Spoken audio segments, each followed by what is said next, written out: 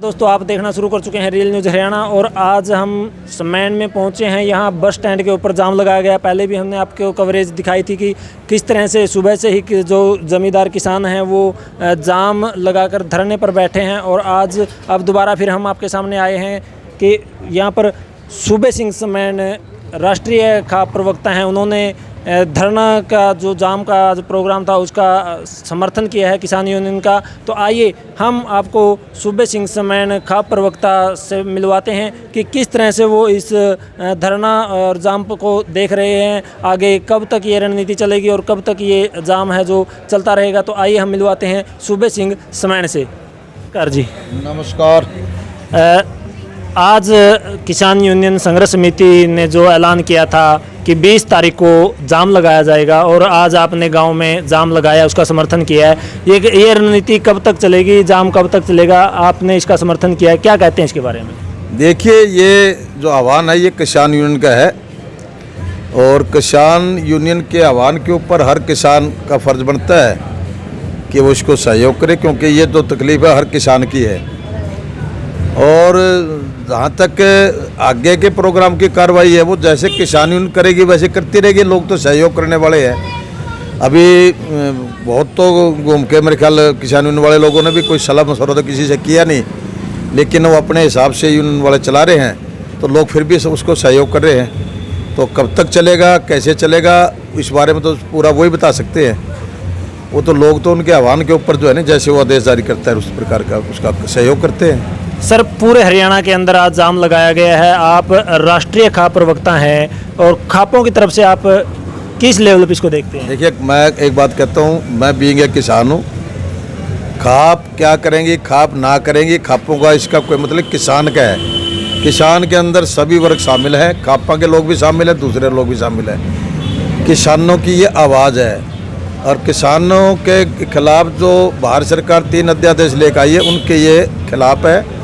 लोगों को इसकी तरह पहले जो है नहीं अच्छी तरह से ना तो समझाया गया भी ये अध्यादेश क्या है क्या नहीं, और उनको पूरी तरह पहले सरकार ने ब्रीफ नहीं किया और मेरा ख्याल अब तक भी शायद लोग पूरी तरह इसको समझ नहीं पाए हैं। बट मैं ये कहता हूँ कि किसान यूनियन ने जिसने इसको समझा हुआ है, जो इसने आह्वान किया है, उनका सभी लोग सहयोग करने लग रहे हैं। बीइंग है किसान, ना कि किसी वर्ग का, ना किसी खाप का, ना किसी जाति का, ये किसान जो भी है वो सभी सहयोग करने लग रहे हैं। सर, दुष्यंत चौटाला की बात करें, वो एक किसान हितैषी अपने आप को नेता बोलते थे, लेकिन अगर हम पिपली की बात करें वहाँ पे लाठीचार्ज हुआ किसानों पर और अनिल विज हमारे गृह मंत्री हैं, उन्होंने जवाब भी दिया है कि किसी प्रकार का लाठीचार्ज नहीं हुआ। उसको आप किस नज़रिए से देखते हैं? देखिए, वो दोनों की है। एक कहता है इंक्वायरी होनी चाहिए, कहता है कि जो है नहीं लाठीचार्ज नहीं हुआ। ये एक राजनीतिक लड़ाई है। हम राजनीतिक लड़ाई से दूर हटके हम तो ये कहते हैं कि किसान जो लड़ाई लड़ रहे हैं उस अध्यादेश के खिलाफ जो भी लड़ाई है लोगों की, उसके ऊपर गौर करें।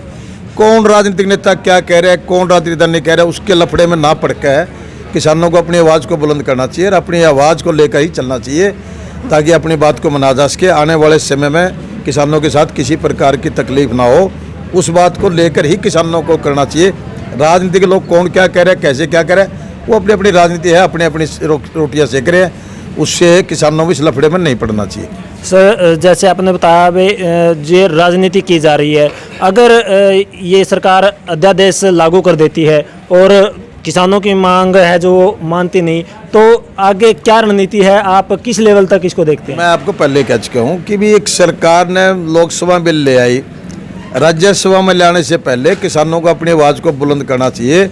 और सरकार से भी हमारी यही रिक्वेस्ट है कि सरकार इसको राज्यसभा में ले जाने से पहले एक बार किसानों से इस बिल के ऊपर चर्चा करे और चर्चा करके जहां उनको ये लगता है कि इसमें कमी है तो उसको विड्रा कर लेना चाहिए। अब अध्यादेश 3 अध्यादेश हैं। अब मैं तो ये कहता हूं कि हो सकता है सारे अध्यादेशों के बारे में लोग वाकिफ भी ना हो कि भाई अध्यादेश का मीनिंग क्या है, इसमें क्या लिखा हुआ है। तो इन चीज़ों को देखने के लिए पहले किसानों को सचेत किया जाए, बिल को ना पास करवाया जाए और ना ही बिल राज्यसभा में लाया जाए। अभी यहीं लोकसभा के बाद उसको रोक लेना चाहिए। एक लोकसभा में इन्होंने पास कर लिया, राज्यसभा फिर देख लिया जाएगा। पहले लोगों से बात कर लो कि इसमें क्या कमी है, हमें बताओ इसमें क्या सुधार करना है। अगर ये बिल कोई ज़रूरी नहीं है, किसान खुद ये कहते हैं हम किसानों की आय बढ़ाने के लिए, किसानों को खुशहाल करने के लिए, किसानों को बिचौलियों से निकालने के लिए बिल लेकर आए हैं। अब किसान मानता नहीं, हमारे साथ ऐसी कोई बात नहीं है। तो फिर सरकार इस बात का क्यों धक्का करी है कि वो लेकर आए बिल को? जब किसान खुद सेटिस्फाई नहीं है तो ना ले बिल। किसान अगर सेटिस्फाई है तो वो बिल लाना चाहिए जिससे किसान संतुष्ट हो। सर, गठबंधन की सरकार है और कहा जाता है कि सरकार के अंदर किसान नहीं है, लेकिन दुष्यंत चौटाला है और भी जाट नेता हैं, किसान हैं, वो सरकार के अंदर हैं। और जो पीछे अभी 3 जो सांसद कमेटी बनाई गई थी, उन्होंने भी यही बयान जारी किया था कि हम किसानों को पूर्ण रूप से समझा नहीं पाए।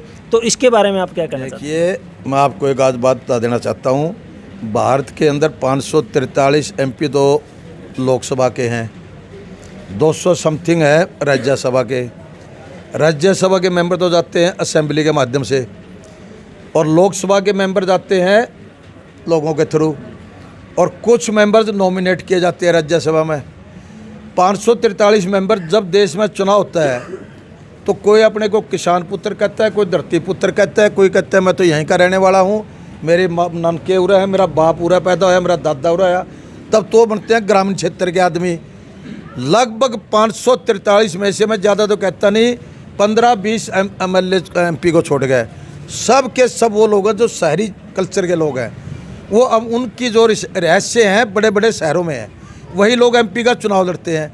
इसलिए वो जो किसान की कल्चर है वो भूल जाते हैं। उनको ये याद नहीं कि हम किसान हैं। वो किसान उस टाइम तक है जिस टाइम चुनाव लड़ने आते हैं, इसलिए उनको पता नहीं हम किसान भी हैं। उनके पास अगर किसी के पास 20, 30, 40, 50, 100 एकड़ ज़मीन है, वो तो 200, 300 एकड़ के मालिक हैं। उनने तो अपने मुजारों को दे रखी है, ठेके पे दे रखी है। वो खेती थोड़े करते हैं, उनको क्या पता खेती का।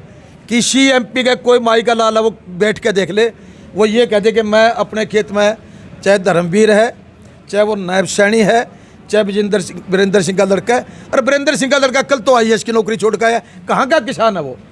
कहाँ उसका बाप किसान है? उसने बताओ कौन सी किसान का एक दिन वो कहते उसने अपना खेत की खेती करके देख रखी हो। धर्मवीर ने इतने साल हो गए खेती छोड़े, तो उसको क्या जुड़ता बड़ा वो जाएगा वहाँ ताल्लू की ज़मीन में जाकर बड़ा माथा मारेगा, दाना होता नहीं, फाका होता नहीं। उसने क्या पता खेती के है, क्या नायब सैनी ने खेती का पता? जिन लोगों को खेती का पता है, जो खेती से उठ के MLA MP बन रहे हैं, वो तो आपको 10-15 मुश्किल से मिलेंगे। सारा भारतवर्ष के लोकसभा में 10 नहीं होंगे, असेंबलियों में हो सकता है आपको 20% मिल भी जाए, जो आज भी ग्रामीण क्षेत्र में बसे हैं। वो लोग जो है नहीं फिर अपने आप को बदल जाते हैं। वो ग्रामीण क्षेत्र के नहीं रहते, वो तो फिर वही बन जाते हैं जहाँ वो जा रहे हैं। इसलिए वो उनके जो विचार हैं, उनके विचार हमारे से तालमेल नहीं खाते। उन लोगों को चाहिए किसानों से बात करे, MP MLA से बात ना करे। किसानों की मीटिंग बुलाए, और किसानों की भी उन लोगों की बुलाए जो मेरे वर्गे दौड़े चुंदरे पैर कर लीडरशिप में ना हो। उनको बुलाए जो रियल किसान है, जिन्हें खेती करके दे रखी है, जिसको दुख है कि खेती के अंदर कैसे खेती पैदा की जाती है। उनसे बात करें, भाई तुम्हें क्या चाहिए, हम उसे तिराकर बिल लेकर आएंगे। सर, लास्ट में हम आपसे, आपने गांव में ये धरना है, सुबह से जाम लगा रखा है, इसका समर्थन किया है, तो किसानों से, लोगों से आप क्या अपील करना चाहते हैं? मैं लोगों से एक अपील करना चाहता हूँ, हर आदमी का राइट है, वो अपने धरने दे रहे, अपनी मांग मनवाने के लिए वो कहीं बैठे, मगर शांति से रहे, किसी प्रकार की किसी को कोई हानि ना पहुँचे। हम इसी प्रकार का धरना चाहते हैं। ये एक हमारी आवाज़ है जो भारत सरकार तक पहुँचे। भारत सरकार के अंदर किसान प्रवृत्ति का कोई व्यक्ति नहीं बैठा। लगभग उसके अंदर मैंने कहा 10-15 ने छोड़ के, वो भी नाम मात्र के, वो भी किसान के घर में पैदा हो गए, किसी ज़माने में पैदा हुए होंगे, उनके खुद के बिरा शहर में पैदा हो रहे हों, लेकिन वो बाप दादा का नाम लेकर कहते हम तो किसान के बेटे हैं। साला इसमें कोई किसान का बेटा नहीं, किसी को किसान का दर्द नहीं। ऐसे लोग जो है ना बहरूपीय लोग हैं जो किसानों का नाम लेकर इस देश को ठगन लग रहे हैं। हम कहते हैं किसान खुद अपनी आवाज़ को बुलंद करे हैं।